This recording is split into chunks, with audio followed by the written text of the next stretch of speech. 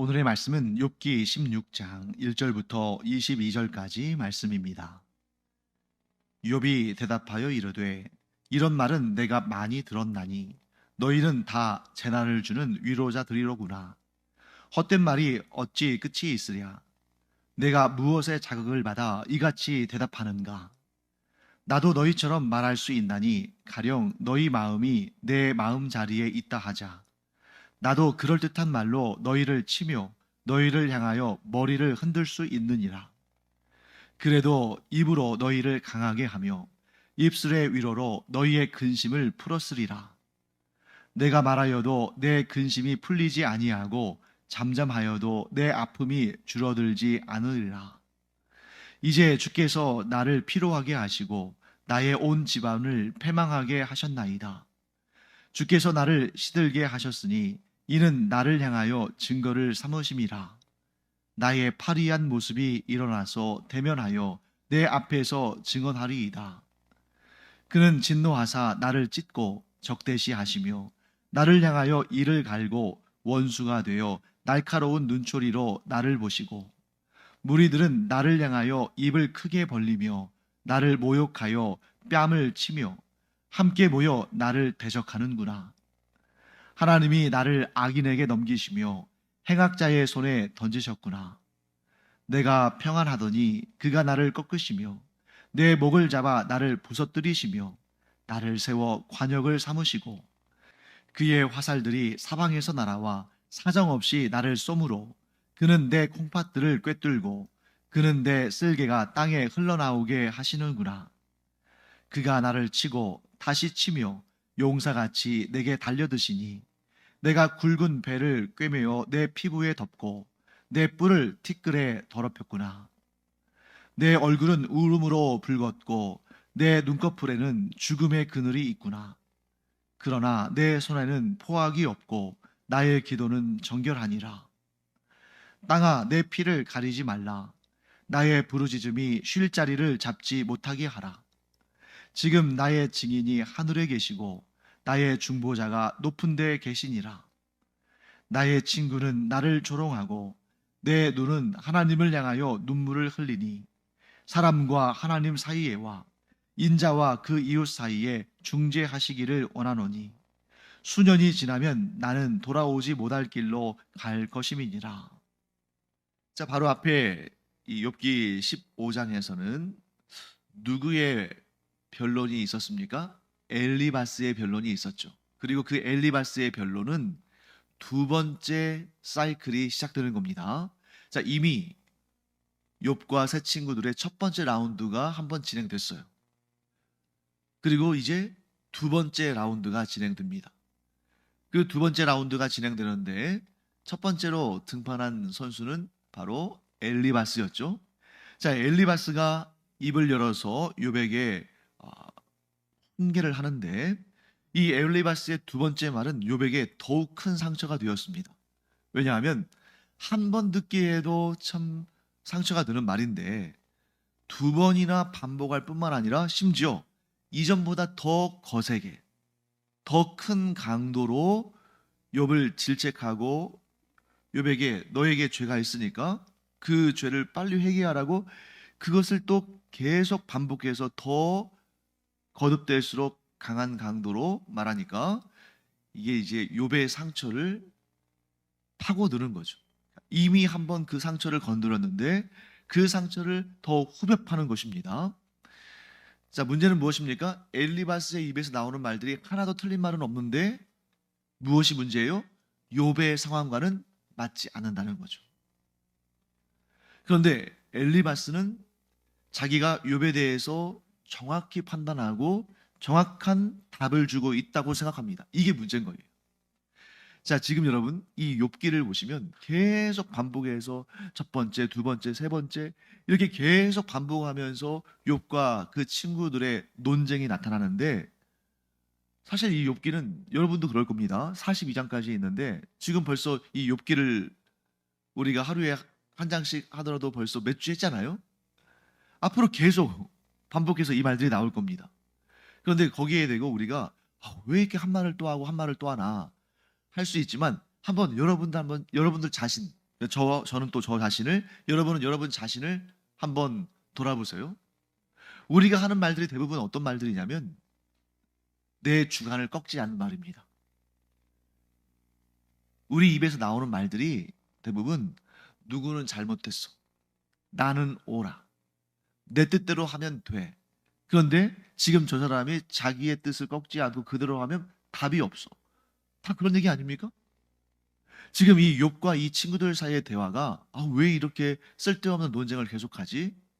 하고 여겨질 수 있지만 정말 지루할 정도로 언제까지 목사님이 이 욥기를 또 계속할까 할 정도로 계속 이 얘기가 나오겠지만 그게 바로 우리의 모습이라는 거예요. 내 주장은 꺾을 생각하지 않습니다. 내가 옳다고 생각해요. 그것이 사람의 본질이라는 것을 이 욥기를 통해서 진리도록 하나님께서 설명해 주십니다. 그런데 만일 이 욥과 이 친구들 사이의 논쟁을 또 계속 반복되는 말이니까 한 번만 딱 기록하고 그것을 우리에게 주셨다면 우리는 잘 깨닫지 못했을 수도 있습니다. 그런데 이 욥기에 나오는 욥과 이 세 친구들의 너무너무 지루할 정도로 반복되는, 그러면서도 서로 자기가 옳다고 생각하고 자기의 생각을 꺾지 않는 이 모습이 바로 오늘 나의 모습이다 하는 것을 우리가 이 지루한 논쟁들을 통해서 알아야 한다는 거죠. 내가 어떤 의지를 갖는 것, 그것은 좋은 것입니다. 의지 없이 어떻게 살겠어요? 또 내가 무엇인가 이 옳다고 생각하는 것을 끝까지 밀고 나가는 추진력, 그것도 좋습니다. 그런데 문제는 항상 우리가 무엇을 알고 있어야 되냐면 내가 틀릴 수 있다. 내가 틀릴 수도 있다. 내가 하나님이 아는 이상 나는 틀릴 수 있고 오히려 상대방이 맞을 수 있다. 이런 생각을 갖지 않는다면 그 사람은 정말 이 욥기를 100번, 1000번 읽어야 돼. 그런데 만일 우리가 이 욥기를 한 번 딱 읽었는데도 그 깨달음을 얻는다면 그것은 참 지혜로운 자. 그 근본이 참 복되고 지혜로운 자다 하는 것을 우리가 알게 됩니다. 자, 욥의 세 친구들이 저마다 욥의 선생이 되겠다고 나섰어요. 욥을 내가 가르쳐 주겠다. 지금 욥이 잘 알지 못하니까 내가 욥을 가르쳐서 그를 올바른 길로 인도해야겠다. 욥의 친구들이 서로 선생이 되겠다고 나섰습니다.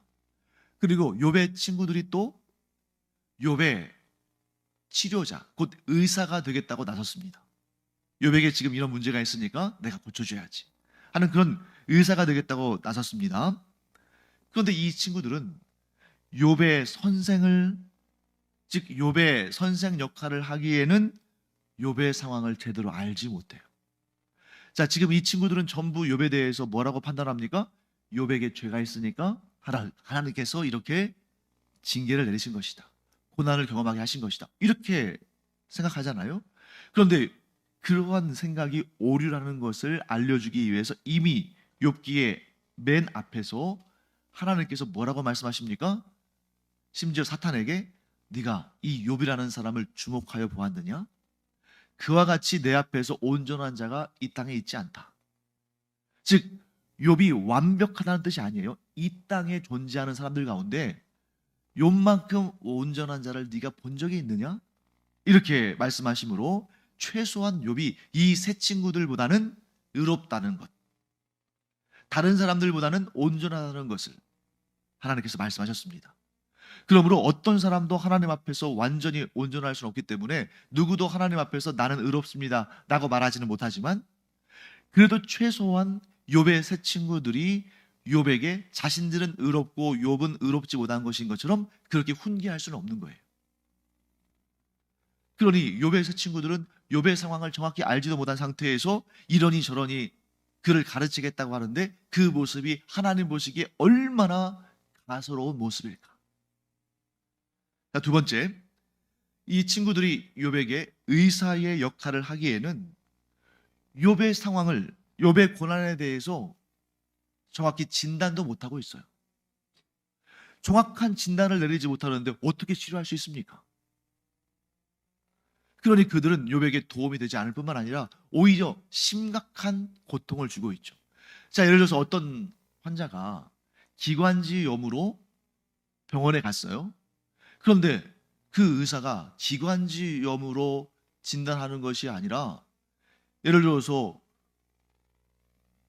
간염이나 혹은 소화기 계통의 문제나 호흡기에 문제가 있는데 소화기 계통이나 순환기 계통에 문제가 있는 걸로 진단해 버리면 오히려 그렇게 해서 먹는 약이 그 몸에 독이 되지 않겠습니까?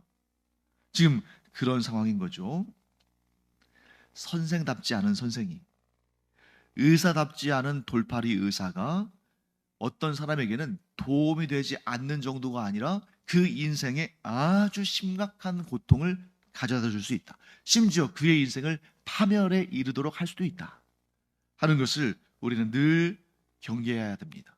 자, 그래서 오늘의 첫 번째 결론. 욥이 친구들에게 말하는 그 부탁이 뭐냐면, 자, 이겁니다. 2절 말씀 볼까요? 이런 말은 내가 많이 들었나니 너희는 다 재난을 주는 위로자들이로구나. 위로한다고 하는데 사실은 너희가 재난을 주고 있다. 자, 그 다음에 4절 말씀. 나도 너희처럼 말할 수 있나니 가령 너희 마음이 내 마음 자리에 있다 하자. 나도 그럴듯한 말로 너희를 치며 너희를 향하여 머리를 흔들 수 있느니라. 자, 내가 너희들의 입장이 되면 나도 그럴듯한 말로 너희가 그러는 것처럼 너희를 향해서 머리를 흔들면서, 자, 머리를 흔든다는 것이 이렇게 옳다 하고 흔드는 게 아니에요. 좌우로 머리 흔들면서 너 왜 그렇게 살아? 왜 그렇게 생각해? 왜 그렇게 결정했어? 이렇게 할 수 있다는 거죠. 그런데 5절.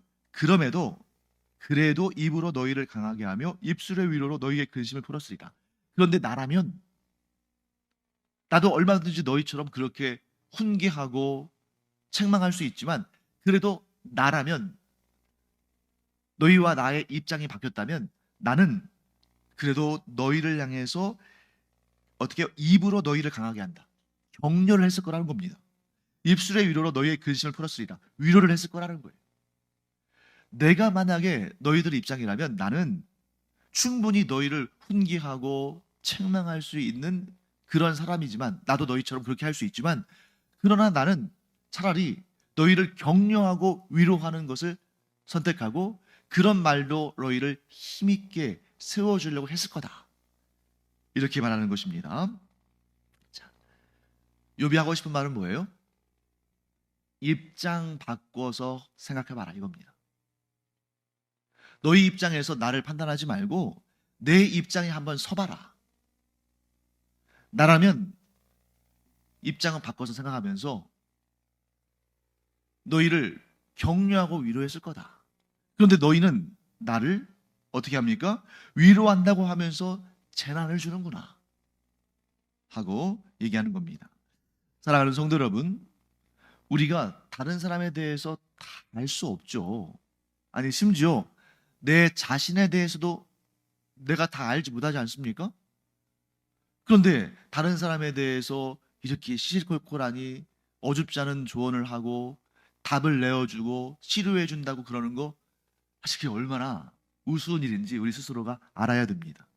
그러면 어떻게 해야 한다는 거예요? 입장을 바꿔서 생각해 볼 줄 알아야 된다. 역지사지 할 수 있어야 된다 하는 거죠. 왜 저 사람이 저런 반응을 보일까? 왜 저 사람이 이렇게 힘들어 할까? 왜 저 사람이 내가 생각할 때에는 그렇게 하면 안 될 것 같은데 왜 그렇게 할까?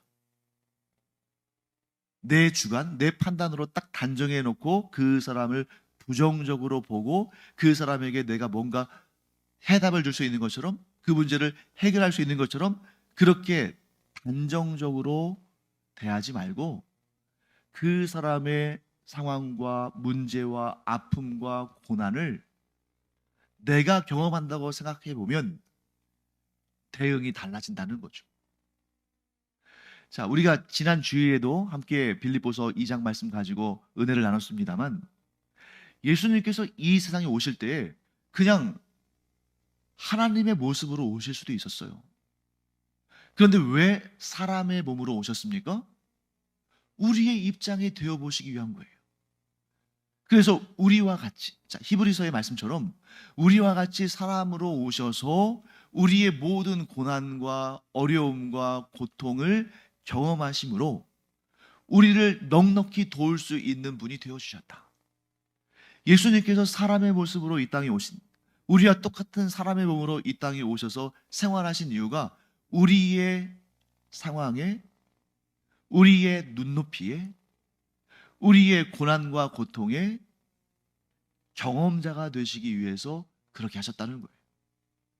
그런데 이 욥과 이 세 친구들 지금 계속 서로 자기가 옳다고 이렇게 논박하고 있는 이런 상황 가운데서 어디에서 상대방의 입장을 공감하는 것을 볼 수 있습니까?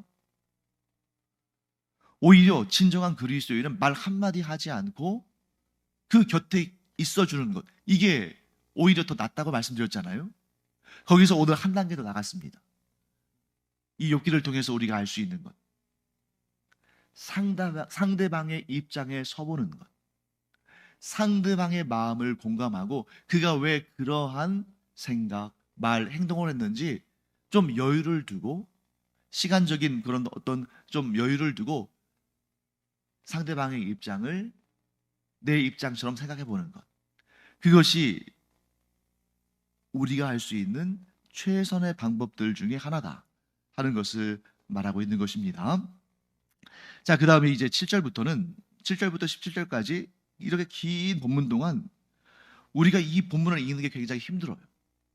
왜냐하면 욥이라는 사람은 결론적으로 참 훌륭한 신앙의 위인이라는 것을 우리가 알지만 그의 입에서 나오는 말들이 너무 원색적이고, 이러한 불경건한 말을 해도 되나 싶을 정도로 너무 우리의 얼굴을 화끈거리게 할 정도로 민망스러운 말이죠.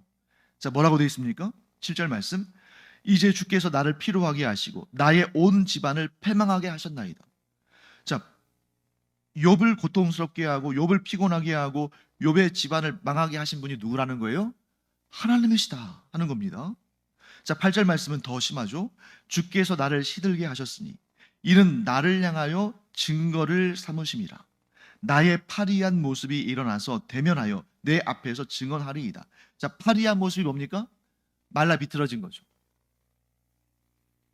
그때 여러분 그 출애굽기에 애굽왕 바로가 두 번 연거푸 꿈을 꾸는데 그 두 번째 꿈에 파리한 소들이 나와서 그 살찐 소들을 잡아먹잖아요. 파리하다.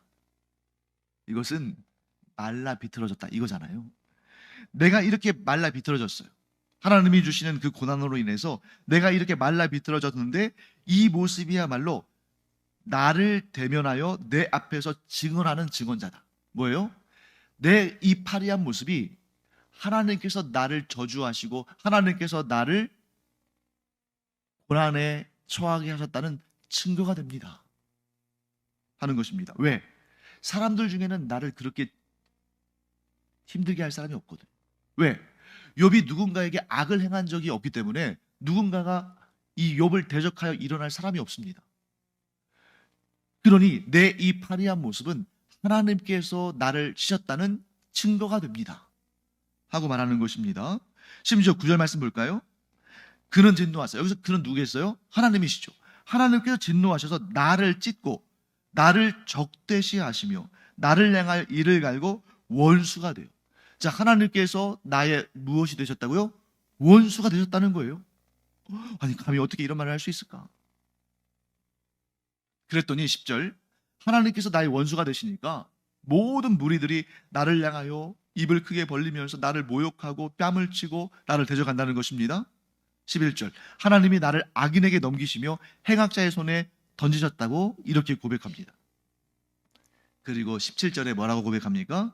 그러나 내 손에는 포악이 없고 나의 기도는 정결하니라. 자, 이 말 때문에 친구들이 계속 욥을 공격하는 거예요. 그러니까 네가 지금 문제가 있으니까, 너에게 지금 죄가 있으니까, 네가 하나님의 징계를 받을 만한 빌미를 제공했으니까 이런 일을 경험하는 거지, 왜 너는 자꾸 너에게 죄가 없다고 말하느냐? 왜 너에게 문제가 없다고 말하느냐? 너의 손에 포악이 있지 않느냐? 그런데 왜 너는 너의 기도가 정결하다고 말하느냐? 여러분, 잘 보세요.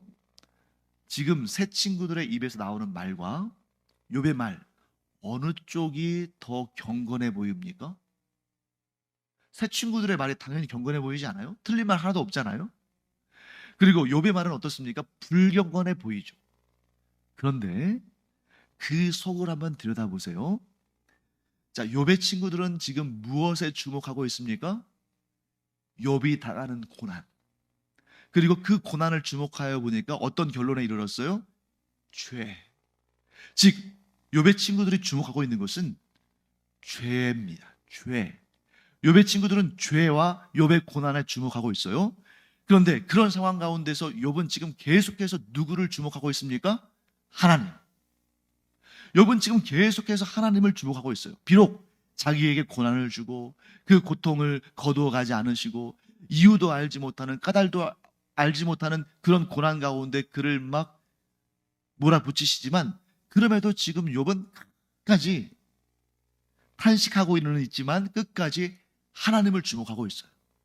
그런데 이 세 친구들은 하나님을 주목하는 것이 아니라 계속 욥의 고난과 죄 문제만 주목하고 있습니다. 여기에 답이 나오는 거죠. 우리가 사람 사이에 시시비비를 가리고 고난에 대해서만 주목하고 죄에 대해서만 들추어내고 누가 옳으냐 누가 틀리냐 하는 그런 판단에 있어서 자기의 주장, 자기의 관점만 계속 주장하는 그런 모습에 있으면 은혜는 사라져요. 그런데 비록 지금 고통스럽고 힘든 그런 터널 같은 인생길을 걸어간다 할지라도 누구를 주목하면? 하나님을 주목하면 내 삶에 일어나는 이 문제들에 대해서 내가 다 이해하지 못하고 어떨 때는 정말 탄식이 나올 정도로 괴롭지만 그래도 어떤 순간에도 잊지 않고 하나님을 주목하고 하나님께만 탄식을 하면 겉으로 볼 때에는 어떻게 저렇게 불경건한 말을 할 수 있지?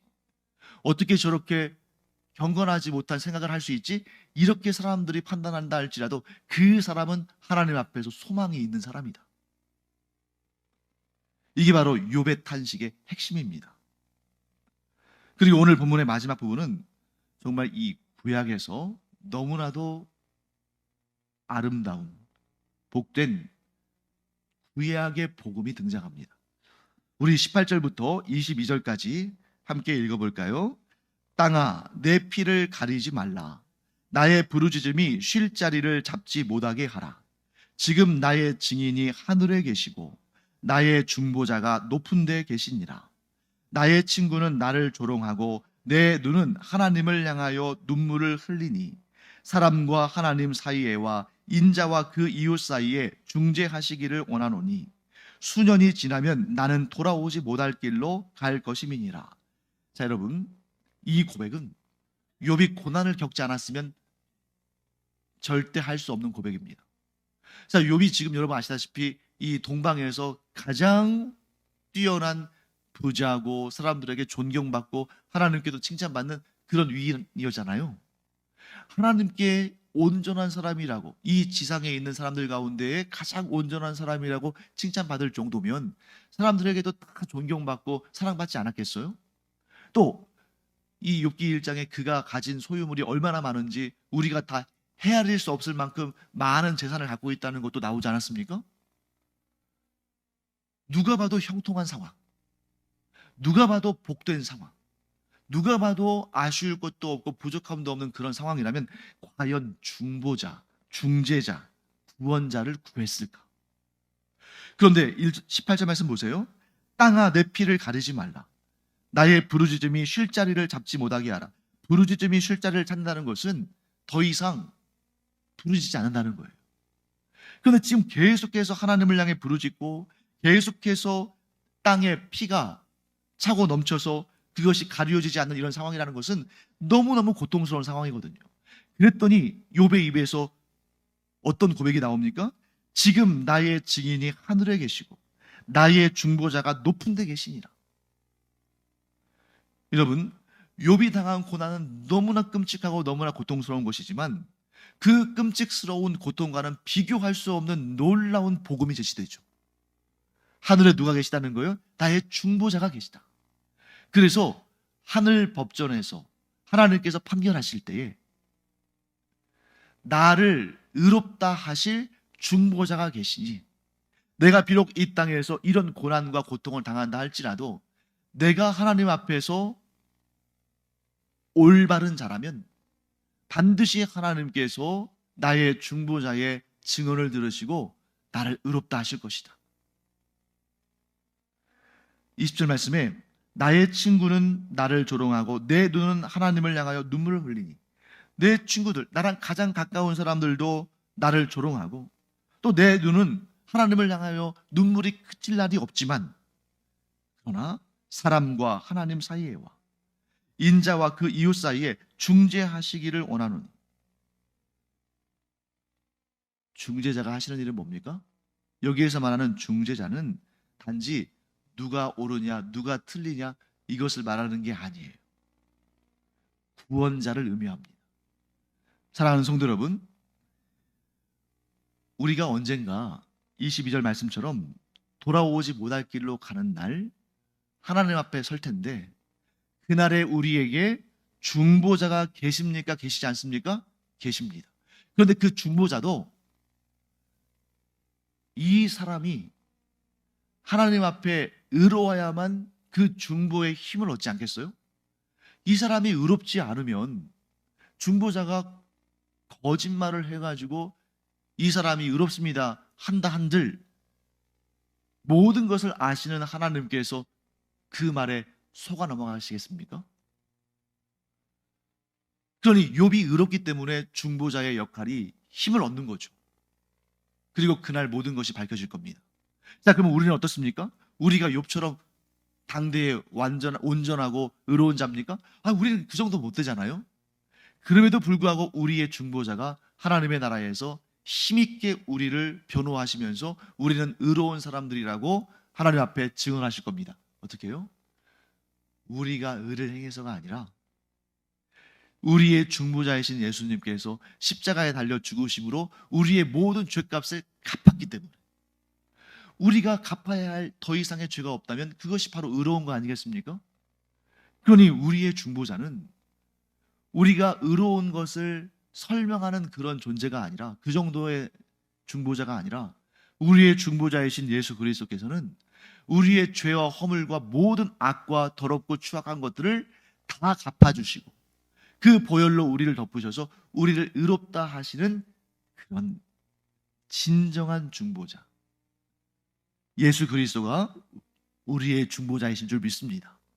그러니 우리가 고난과 고통 가운데서도 담대히 하나님 앞에 설 수 있는 거 아닙니까? 내가 내 모든 문제를 해결해야만, 내가 내 모든 죄 문제를 해결해야만 하나님 앞에 설 수 있다면 우리는 아무도 하나님 앞에 설 수 없을 텐데, 우리의 중보자이신 예수님께서 단지 우리를 위해서 잘 말씀해 주시는 정도가 아니라 우리의 모든 죄와 허물의 그 값을 다 갚으셨기 까닭에 우리가 진실로 하나님 앞에 설 수 있는 의인이 된 줄 믿습니다. 그러므로 이 욥의 고백을 통해서 우리가 새 힘을 얻기를 바랍니다. 우리는 이 땅에서 고난도 당하고 고통도 경험하고 사람들에게 조롱도 당하고 핍박도 당하지만, 그러나 우리는 반드시 하나님 앞에서 의롭다 여기심을 받는 예수 그리스도의 사람들이다. 이 한 가지만 가지고도 우리가 마음의 위로를 얻는. 자, 만약에 이 욥의 친구들이 욥에게, 욥아, 너의 고난의 이유를 내가 다 알지 못하겠지만 너의 평소의 삶을 내가 보건대 분명히 우리가 다 알지는 못하지만 하나님의 선하신 계획이 있을 거야. 그러니 위로를 얻고 힘을 얻어라, 힘을 내라, 이렇게 말했더라면 욥의 고통이 많이 경감됐겠죠. 우리가 그런 사람들 되기 바랍니다. 우리 눈에 보기에 참 좋지 않은 그런 부분들 보일 수 있어요. 여러분, 사람을 상대하는 것보다 더 힘든 일이 어디 있습니까? 차라리 숫자나 공부는 그냥 내가 하기 싫으면 덮으면 그만인데, 사람은 늘 봐야 하잖아요. 그러니까 사람 사랑하고 사람을 좋게 보는 게 얼마나 힘든 일입니까? 그때 우리가 뭘 생각해야 되냐면, 저분도 예수님께서 저분을 위해서 십자가에 달려 돌아가실 정도로 그렇게 하나님께서 존귀히 여기는 분이구나. 하나님께서 존귀히 여기는 하나님의 사람을 내가 미워하고 싫어하면 안 되지. 그런 마음으로 우리가 긍휼과 사랑과 성령 충만한 눈으로 우리의 성도들을, 또 가족들을, 또 이웃들을 바라보는 그런 우리가 되기를 간절히 축원합니다. 기도하겠습니다. 하나님, 욥기를 통해서 저희가 저희 스스로를 돌아보게 됩니다. 저희가 얼마나 나 자신의 잣들을 가지고 다른 사람들을 판단하고 살았는지, 또 어줍지 않은 도움을 준다고 그 사람들의 마음을 고통스럽게 했는지 이 욥기를 통해서 알게 됩니다. 하나님, 저희가 그러한 거짓된 교사나 거짓된 의사가 아니라 예수님을 닮은 참된 선생, 참된 의사가 되어서 내 모든 것을 내어줄 마음을 가지고 그렇게 누군가를, 상대방을 대하는 그런 성숙한 그리스도인의 모습을 갖게 하여 주시옵소서. 그러면 누구든지 우리에게 와서 위로를 얻고 격려를 받고 우리는 그를 덮어주고 쉬게 하는 큰 나무가 될 줄 믿습니다. 그래서 하나님, 우리가 욥기를 공부하면서 더 깊어지고 더 풍성한 은혜와 긍휼의 사람들, 복음의 사람들이 되게 하여 주시옵소서. 감사드리며 예수님의 이름으로 축복하며 기도합니다. 아멘.